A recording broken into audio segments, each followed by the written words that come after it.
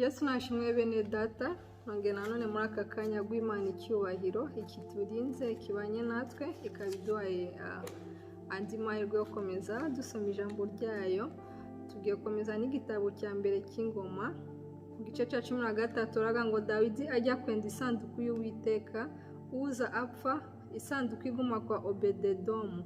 Nuko Dawidi ajya inama n'abatware batwara ibihumbi n'abatwara amagana n'abandi batware bose. Dawidi abwira iteraniro ry'Abisirayeli ryose ati, ibi niba mubishima kandi niba bivuye ku Uwiteka Imana yacu, dutume hose kuri bene wacu basigaye mu gihugu cya Isirayeli cyose no ku batambyi n'abalewi bari mu midugudu yabo n'ibikingi byabo, kugira ngo bateranire aho turi, tugiye kugarura isanduku y'Imana yacu muri twe, kuko tutayitayeho ku ngoma ya Sawuli. Abahateraniye bose bemera ko bagiye gukora batyo, kuko iyo nama abantu bose bayishimye. Nuko Dawidi ateranya Abisirayeli bose uhereye i Shihori ukageza i Egiputa ukageza aharasukirwa i Hamati, kugira ngo bajye kwenda isanduku y'Imana bayikure Kiriyatiyeyarimu. Dawidi azamukana n'Abisirayeli bose bajya i Bara, ariyo Kiriyatiyeyarimu y'Abayuda, kugira ngo bakure isanduku y'Uwiteka Imana, ariyo yicara ku bakerubi ikitwa rya zina. Maze baheka isanduku y'Imana ku igare rishya, bayikura mu nzu ya Abinadabu uzana Ahiyo barayishorera. Nuko Dawidi n'Abisirayeli bose biyerekera imbere y'Imana n'imbaraga zabo zose, baririmba bacuranga inanga na neberu n'amashako n'ibyuma bivuga, bavuza n'amakondera. Bageze ku mbuga ya Kidoni, uza arambura ukuboko kuramira isanduku, kuko inka zari zitsikiye. Uburakari bw'Uwiteka bugurumanira kuri Uza aramwica, kuko yaramburiye ukuboko, isanduku agwa aho ngaho imbere y'Imana. Dawidi ababazwa n'uko Uwiteka asumiye Uza. Aho hantu ahahimba Peresuza na bugingo n'ubu. Uwo munsi Dawidi atinya Imana, aravuga ati, najyana nte isanduku y'Imana imuhira iwanjye? Nuko Dawidi ntiyacumbukura iyo sanduku ngo ayicyure iwe mu rurembo rwa Dawidi, ahubwo ayinyuza hirya ayicyura mu rugo rwa Obededomu w'Umugiti. Isanduku y'Uwiteka imara amezi 3 mu maboko wa Obededomu iri mu rugo rwe. Uwiteka aha umugisha urugo rwa Obededomu n'ibyo yari afite byose. Igice cya 14 haravuga ngo Hiramu afasha Dawidi. Amazina y'abana ba Dawidi. Hiramu umwami w'Itiro yohereza intumwa kuri Dawidi n'ibiti by'imyerezi n'abazi kubakisha amabuye n'ababaji ngo bamwubakire inzu. Nuko Dawidi amenya ko Uwiteka amukomereje ubwami bwa Isiraheli ngo bububwe, kuko ubwami bwe bwashyiriwe hejuru ku bw'ubwoko bwe bw'Abisiraheli. Bukeye Dawidi yongera kurongora abandi bagore ari i Yerusalemu, yongera kubyara abana b'abahungu n'abakobwa. Kandi aya niyo mazina y'abana yabyariye i Yerusalemu: Shamuwa na Shobabu na Natani na Salomo na Ibuhari na Elishua na Elifereti na Noga na Nefegi na Yafiya na Elishama na Beriyada na Elifereti. Umurongo wa 8 ku gice cya 14 aravuga ngo Dawidi anesha Abafilisitiya. Abafilisitiya bumvise ko Dawidi yimikishijwe amavuta ngo abe umwami wa Isirayeli yose, Abafilisitiya bose bazamurwa no kumutera. Dawidi abyumvise arabasanganira. Icyo gihe Abafilisitiya baraje buzura ikibaya cy'Abarafa. Dawidi agisha Imana inama ati, ntera Abafilisitiya uzabangabiza? Uwiteka aramusubiza ati, genda kuko nzabakugabiza. Nuko bazamukira i Bariperasimu, Dawidi abatsindayo. Dawidi ahera ko aravuga ati, Imana yahomboje abanzi banjye ukuboko kwanjye nk'uko amazi ahomboka. Nicyo cyatumye aho hantu bahahimba Bariperasimu. Kandi Abafilisitiya bataye ibigirwamana byabo, Dawidi ategeka ko babitwika. Bukeye Abafilisitiya bongera kuzura cya kibaya. Dawidi yongera kugisha Imana inama. Imana iramubwira iti, we gutabara ubakurikiye, ahubwo ubace rubete ubarasukireho ahateganye n'ishyamba ry'imitugunguru. Nuko niwumva ikiriri kirangira hejuru y'ubushorishori bw'imitugunguru, uhere kutabare, kuko Imana iri bube igutabariye imbere kunesha ingabo z'Abafilisitiya. nuko Dawidi abigenza uko Imana yamutegetse, batsinda ingabo z'Abafilisitiya uhereye i Gibeyoni ukageza i Gezeri. Maze inkuru ya Dawidi yamamara mu bihugu byose, Uwiteka atuma amahanga yose amutinya.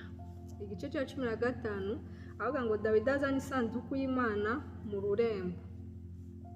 Bukeye Dawidi yubakira amazu mu rurembo rwa Dawidi, atunganiriza isanduku y'Imana ahantu, ayibambira ihema. Dawidi aravuga ati, nta muntu ukwiriye kuremerwa isanduku y'Imana keretse Abalewi, kuko ari bo Uwiteka yatoranyije kujya baremerwa isanduku y'Imana, bakayiremerwa iteka ryose. Bukeye Dawidi ateraniriza Abisirayeli bose Yerusalemu ngo bajye kuzamura isanduku y'Uwiteka, bayishyire ahantu hayo yayitunganirije. Dawidi ateranya bene Aroni n'Abalewi. Muri bene Kohati umukuru ni Uriyeli na bene se 120.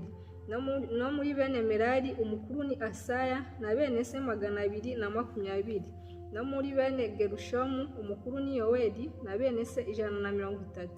No muri bene Elisafani umukuru ni Shemaya na bene se 200. No muri bene Heburoni umukuru ni Eliyeli na bene se 80. No muri bene Uziyeli umukuru ni Aminadabu na bene se 112.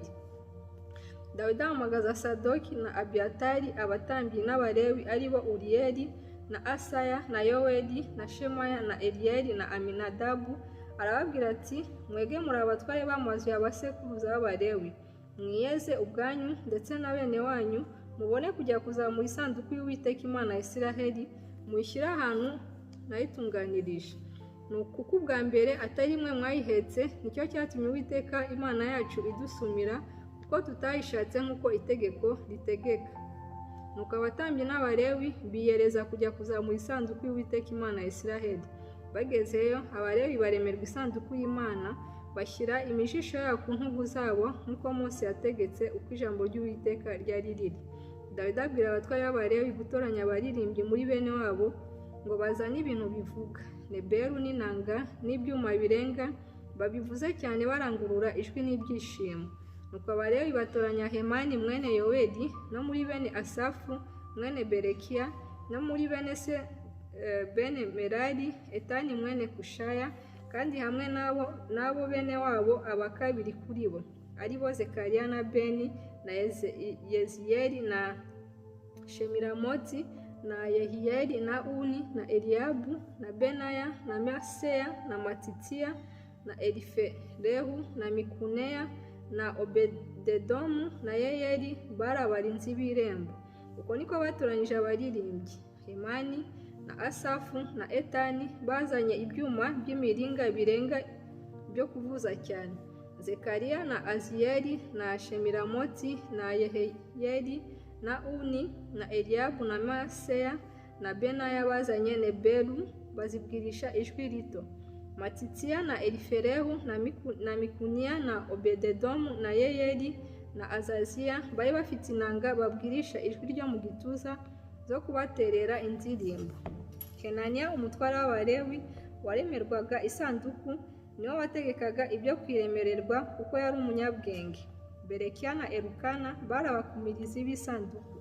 Shebaniya na Yashofati na Netaneli na Amasiya na Zekariya na Benaya na Eliyezeri abatambyi nibo bagendaga bavuza amakondera imbere y'isanduku y'Imana. Obededomu na Yehiya bari abakumirizi b'irembo ry'isanduku. Nuko Dawidi n'abakuru ba Isiraheli n'abatware batwara ibihumbi bajya kuzamura isanduku y'isezerano ry'Uwiteka, bayikura kwa Obededomu bishima.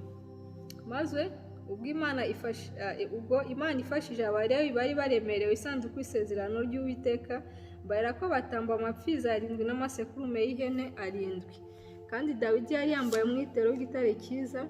Abalewi bose nabo bari baremerewe isanduku, n'abaririmbyi na Kenaniya umutware w'abahetsi bose bari bambaye baryo. Kandi Dawidi yari yambaye efodi y'igitare. Uko niko Abisirayeli bose bazamuye isanduku y'isezerano ry'Uwiteka, basakuriza hejuru, bavuza ihembe n'amakondera n'ibyuma birenga, bacuranga neberu n'inanga. Nuko bagisohoza isanduku y'isezerano ry'Uwiteka mu rurembo rwa Dawidi, Mikali umukobwa wa Sawuli arungurukira mu idirishya, abona Dawidi aca ikibungo abyina, amugayira mu mutima. Igice cya 16 aravuga ngo ibirori byo kugarura isanduku na zaburi bashimishije Imana. Nuko binjiza isanduku y'Imana bayitereka hagati mu ihema Dawidi yari yayibambiye.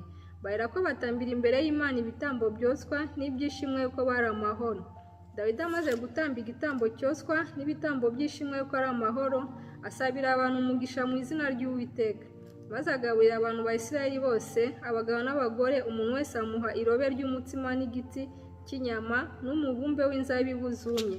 Kandi ashyiraho bamwe mu Balewi ngo bakorere imbere y'isanduku y'Uwiteka, bajye bibutsa bashima Uwiteka Imana ya Isirayeli bayisingiza. Abo ni aba: Asafu yari umukuru, agakurikirwa na Zekariya na Yeyeli na Shemiramoti na Yehiyeli na Matitiya na Eliyabu na Benaya na Obededomu na Yeyeli. Bari bafite Neberu n'inanga, kandi Asafu yari afite ibyuma birenga avuza cyane. Na Benaya na Yahaziyeli abatambyi bajyaga bavugiriza amakondera imbere y'isanduku y'isezerano ry'Imana. Uwo munsi niho Dawidi yatangiye gutegeka Asafu na bene se kuba ari bo bashima Uwiteka. Nimushime Uwiteka, mwambaze izina rye, mwamamaze imirimo yakoze mu mahanga, mumuririmbire n'ishimwe. Muvuge imirimo itangaza yakoze yose, mwirate izina rye ryera, imitima y'abashaka Uwiteka yishime. Mushake Uwiteka n'imbaraga ze, mushake mu maso he iteka ryose. Mwibuke imirimo itangaza yakoze, ibitangaza bye n'amateka yo mu kanwa ke. Mwa rubyaro rwa Isiraheli, umugaragu we mwe, mwa bana ba Yakobo mwe, abo yatoranyije. Uwiteka niwe Mana yacu, amateka ye ari mu isi yose. Mujye mwibuka isezerano rye iminsi yose, ijambo yategetse ibihe ibihumbi. Iryo sezerano yasezeranye na Aburahamu, ni indahiro yarahiye Isaka, akayikomereza Yakobo kuba itegeko, akayikomereza Isirayeli kuba isezerano ridashira. Ati: ni wowe nzaha igihugu cy'i Kanani, kubw'umwandu ukugerewe, umubare wabo ukiri muke cyane, nabo bari abashyitsi muri icyo gihugu. Bazereraga mu mahanga atari amwe, bava mu gihugu cy'umwami bakajya mu kindi. Ntiyakundira umuntu ko abarenganya, ndetse yabacyahiye abami. Ati: nimukore kubona asize, nimugire icyo mutwara abahanuzi banjye. Muririmbire Uwiteka, mwabari mu isi mwese, mwerekane agakiza ke uko bukeye. Mwogeze icyubahiro cye mu mahanga, imirimo itangaza yakoze muyogeze mu mahanga yose. Kuko Uwiteka akomeye, akwiriye gusingizwa cyane, kandi ateye ubwoba arusha imana zose. Kuko imana z'abanyamahanga zose ari ibigirwamana, ariko Uwiteka niwe waremye ijuru. Icyubahiro n'igitinyiro biri kuri we, imbaraga n'ibyishimo biri we.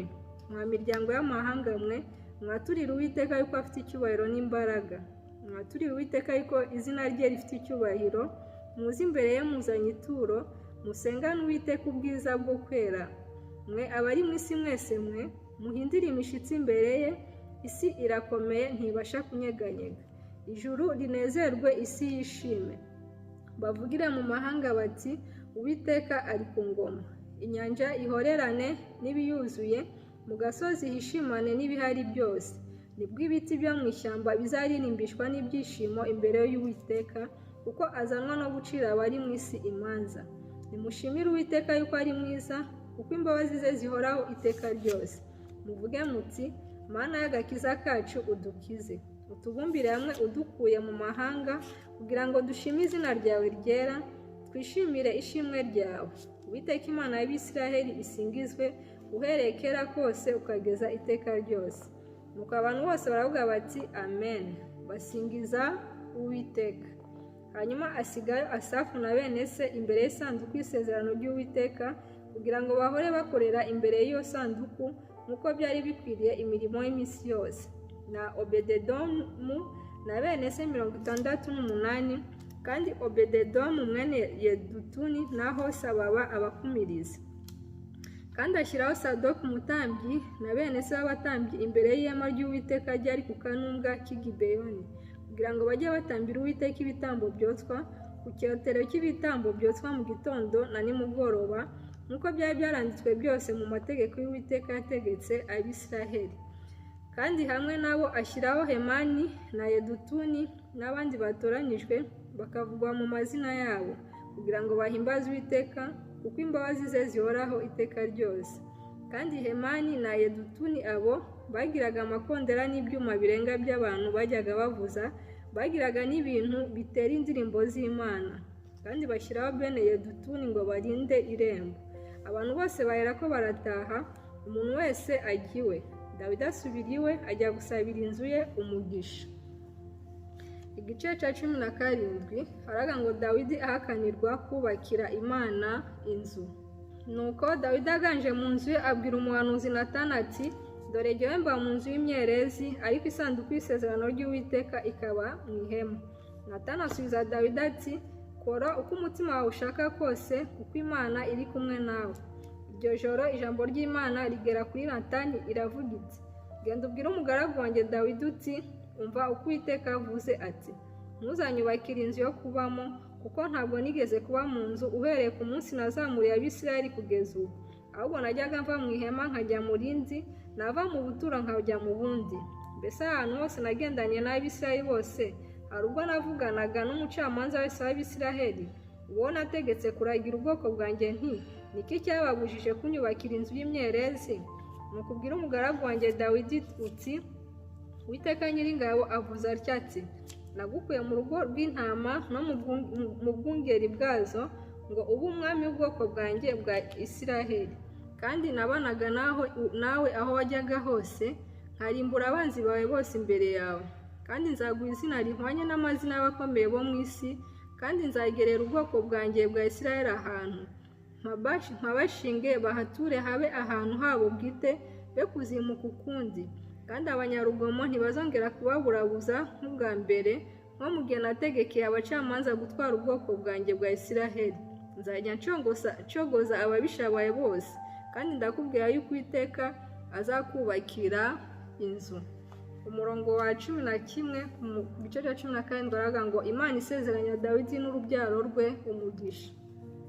Kandi iminsi yawe yo gusanga abasogokuruza nigera, nzahera ko mpagarika urubyaro rwawe rukuzungure, umwe wo mu bahungu bawe nkomeze ubwami bwe, uwo ni we uzanyubakira inzu. Nzakomeza ingoma ye iteka ryose, nzamubera se nawe azambera umwana, sinzamukuraho imbabazi zanjye nk'uko nazikuye ku wakubanjirije, ahubwo nzamubesha mu nzu yanjye no mu bwami bwanjye iteka ryose, kandi ingoma ye izakomezwa iteka ryose. Ayo magambo yose nuko kwerekwa kose niko Natani yabibwiye Dawidi. Umurongo wa 16 mu gice cya 17 baravuga ngo isengesho rya Dawidi. Umwami Dawidi ahera ko arinjira yicara imbere y'Uwiteka aravuga ati, nkanjye ndinde Uwiteka Mana n'inzu yanjye ni iki, nkawe kunzana ukarinda ungeza aha? Ndetse ibyo byari byoroshye imbere yawe Mana, ariko uvuze no ku by'inzu y'umugaragu wawe bizashyira kera, kandi urarebye umwanya n'umuntu w'umunyacyubahiro kinini. Uwiteka Mana, yewe Dawidi nabasha kukubwira iki, kandi kubw'icyubahiro umugaragu wawe ngiriwe? Kuko ari wowe uzi umugaragu wawe. Uwiteka, ibyo bikomeye byose wabikoreye umugaragu wawe nk'uko umutima wawe wibwira, kugira ngo werekane ibyo bikomeye byose. Uwiteka, ntawe uhwanye nawe, nta yindi Mana keretse wowe, nk'uko twabyumvishije amatwi yacu byose. Kandi ni irihe shyanga mu isi rihwanya n'ubwoko bwawe bwa Isiraheli Imana yacunguriye ngo ribe ubwoko bwayo, ukibonera izina, uriheshejwe n'ibikomeye biteye ubwoba wakoze, ubwo wirukaniraga amahanga imbere y'ubwoko bwawe wacunguye, ukabukura muri Egiputa? Kuko ubwoko bwawe bwa Isiraheli wabugize abantu bawe bwite iteka ryose, nawe Uwiteka wahindutse Imana yabo. Nuko none Uwiteka, ijambo uvuze ku mugaragu wawe no ku nzu ye rikomezwe iteka ryose, kandi ugenze nk'uko uvuze.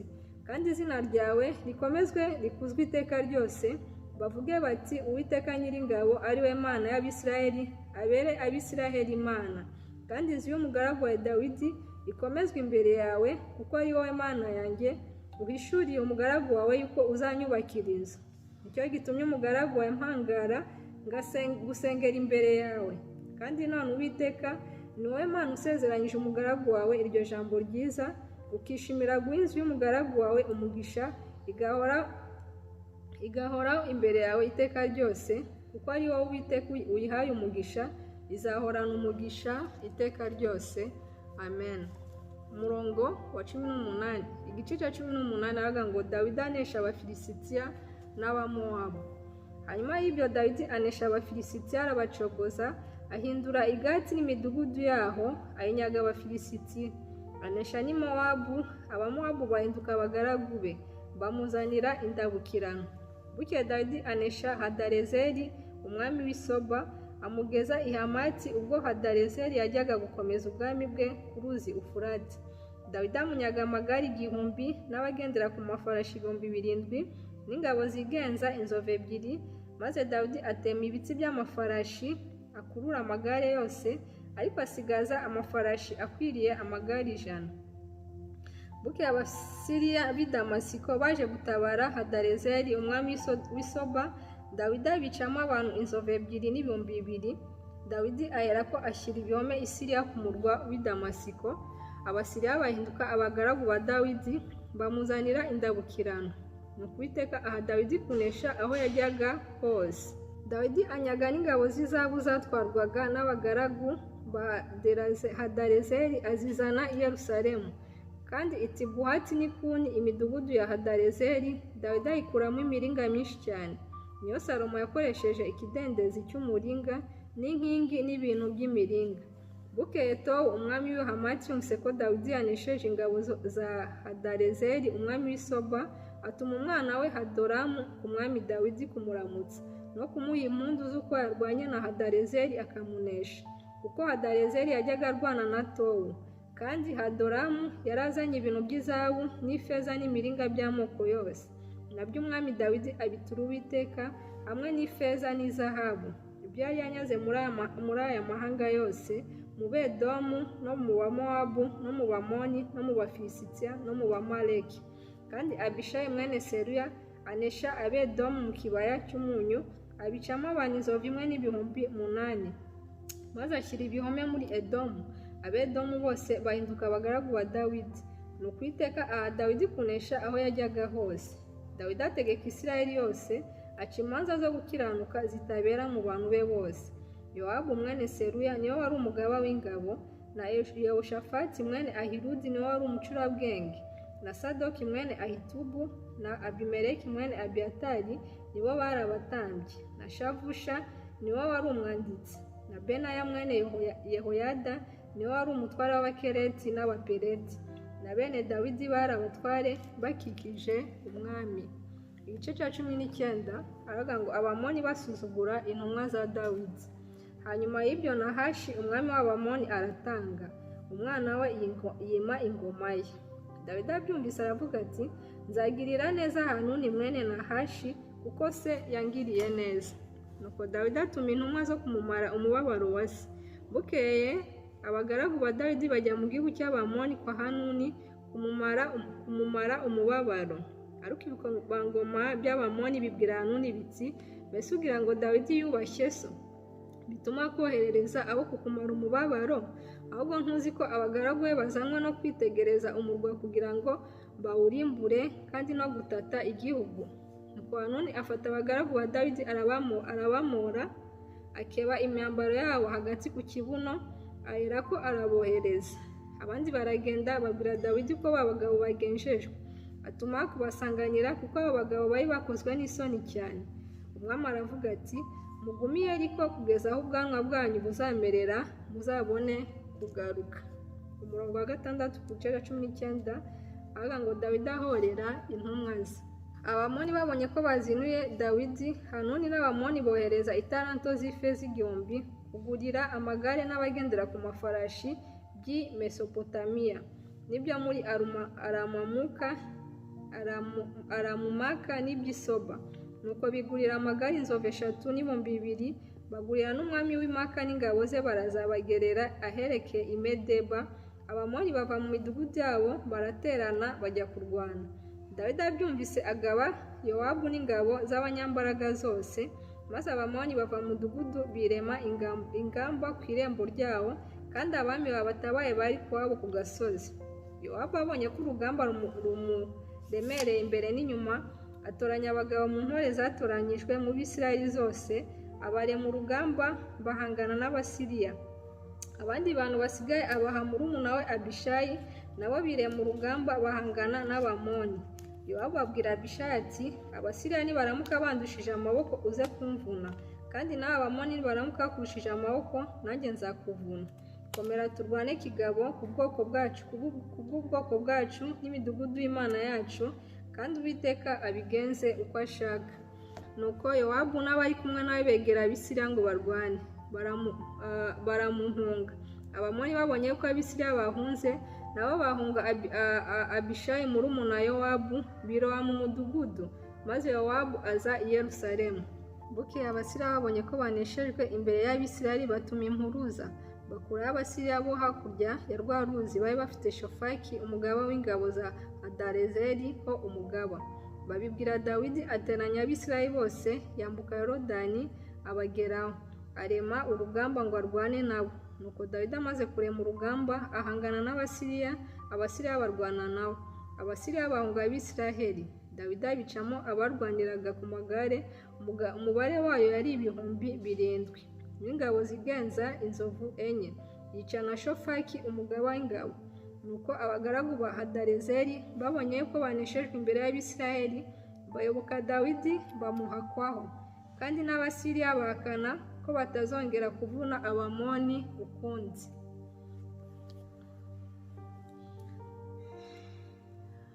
Imana ibahe umugisha aho muri hose.